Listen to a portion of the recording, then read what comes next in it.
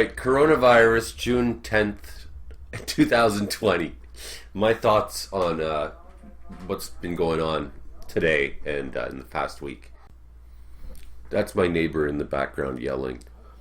Um, okay, so I watched Jimmy Fallon just now, and I can't believe how boring and stupid he is. All his jokes are terrible. So I'm like, it's good for me to be giving my little commentary compared to that moron.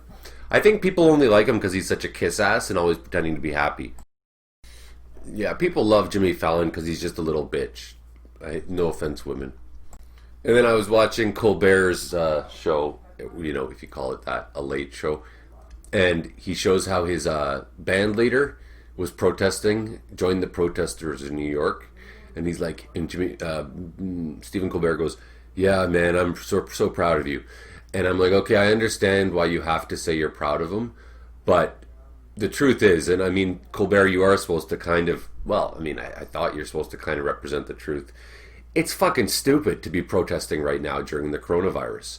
And I was thinking earlier today, I'm like, why don't they just do it at home? Like, we have the internet now. There's no need to be parading down the streets, right? You could do it just as effectively, if not more effectively, by having countless YouTube videos, blah, blah, blah. And then I saw some interview with a doctor where she said the exact same thing. We love that you're protesting, but just try to do it at home, and then you can fight the riots and the coronavirus at the same time. And I'm like, well, you know why they're doing it? It's an excuse for them to pretend the coronavirus doesn't exist. And then I was talking to a friend of mine who lives in England, and she was saying that her sister got all dolled up and put her makeup on like it was an outing for her to go downtown and protest and kneel for 8 minutes. And I'm like, yeah, you see, there you go. And it's like, I would be more impressed if she was protesting on her own, like a month from now when the riots are gone. Let's see her go downtown and kneel all alone for 8 minutes. So it's hip, and it's an excuse to pretend the coronavirus doesn't exist, and people are just dying to get out of their house. And then this 75-year-old man got knocked down by the cops, and his ears were bleeding out of his ears, and he was white, right? So again, this whole issue is not all about black people. What the fuck is this? Yeah, my neighbor's drunk and he's making noise. Oh my god.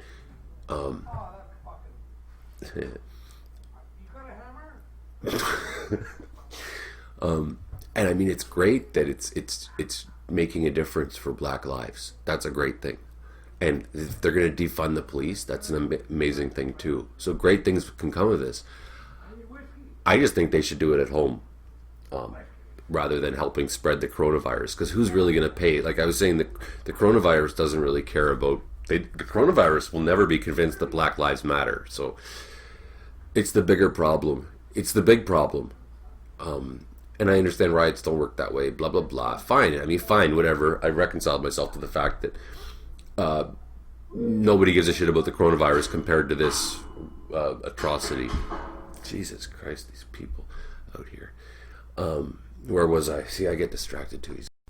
But I am noticing that people are going insane by being cooped up by the coronavirus. And I do think they need an excuse to get out there, and I wonder how much of that is what these riots are about. And but that's great if it leads to cops being defunded and they're not allowed to get away with this shit anymore. So that's great if there's a smaller good cause is being served. But I mean, again, it's just like fighting for gay marriage when we're running out of oxygen or something. Like there's like no oxygen left and you're going to fight for that. It's still a good thing, but there's a bigger problem right now. And again, there's no reason why they can't do it at home and be just as powerful and just as loud, right? Flood YouTube with videos, flood Twitter with tweets, right? That would be overwhelming, just as overwhelming, if not more. I bet you there's a bunch of shallow people. I know a couple people who I think are the exact kind of people that would be like, hey, hear about the protest that's going on?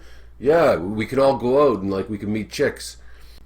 And I mean, it's just so funny about Donald Trump, right? So first the coronavirus hits. totally screws him over because he helped it get so much worse, right? He screwed the whole country up. Screwed his whole country up. Says one dumber thing after another about like drink bleach.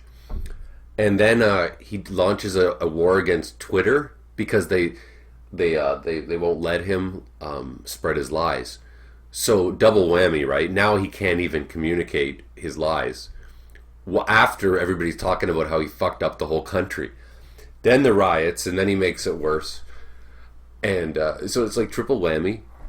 And now he's starting to accuse the polls of being wrong and being tampered with because they say he's got a 15% approval rating, and he's wants to investigate the polls.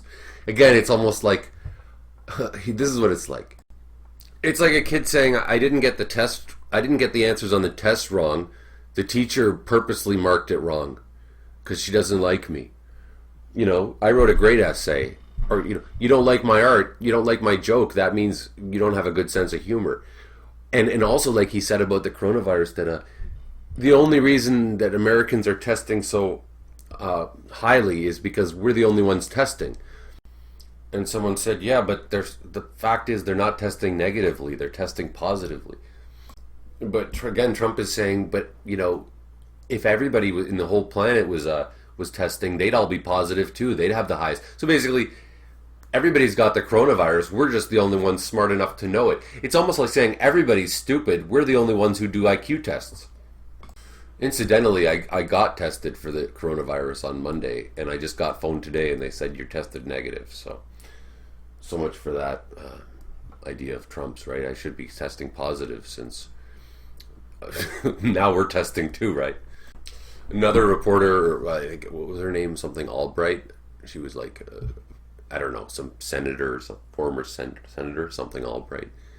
And she says, she goes, somebody asked her, how do you think Russia feels about seeing all this disarray?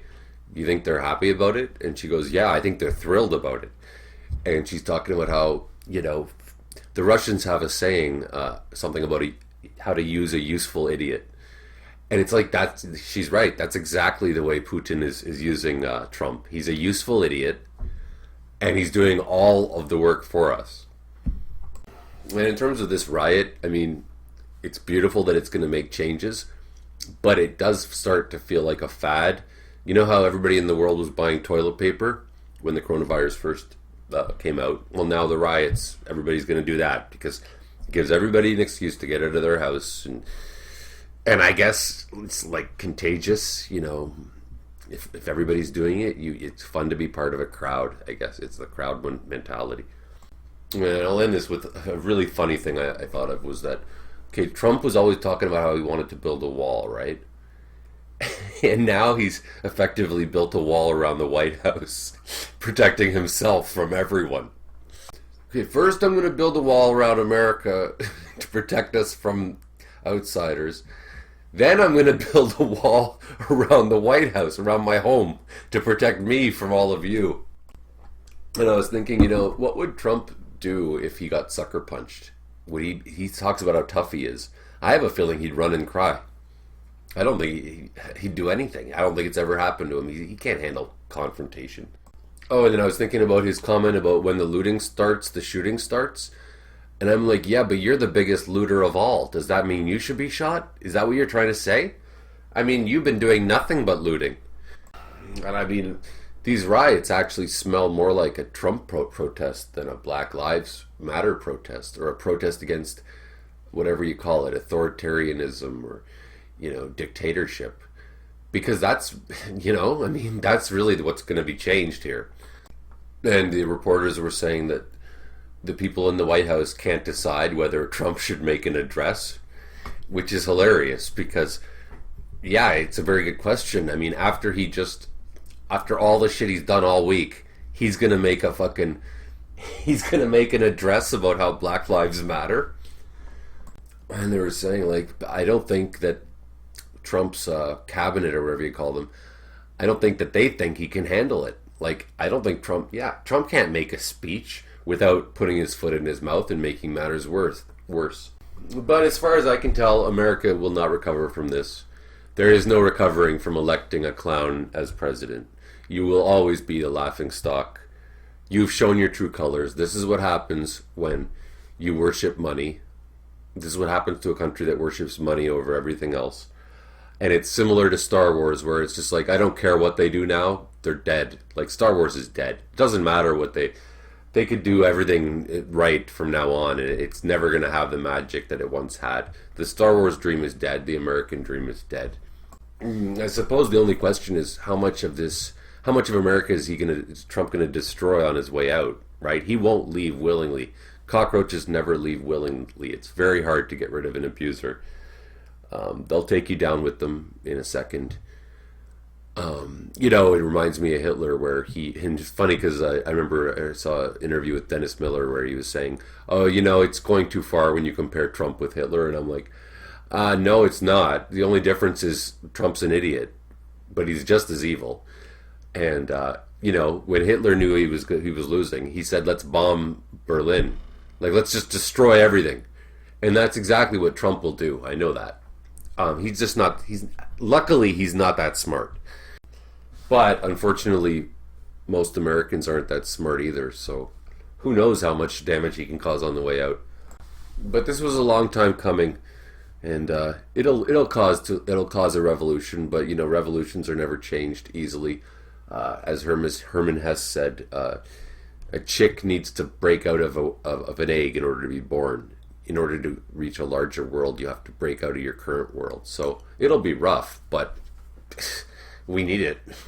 We need it because what was it? That the girl who worked with the Gorillas in the Mist Lady, Jane something, Mansfield. She said that recently that if we do not deal with this coronavirus correctly, if we can't deal with it, this will be the end of humanity. So I guess no choice, right? And I see exactly what she's saying. And I'll even explain it so even you can understand. If we can't acknowledge what's going on with the coronavirus and deal with it like adults, then we're never going to deal with things like the environment getting destroyed, or ozone depletion, or animals becoming extinct, or pouring oil into the ocean and why you shouldn't go for sushi after you do that. You can't just have sushi after you do that.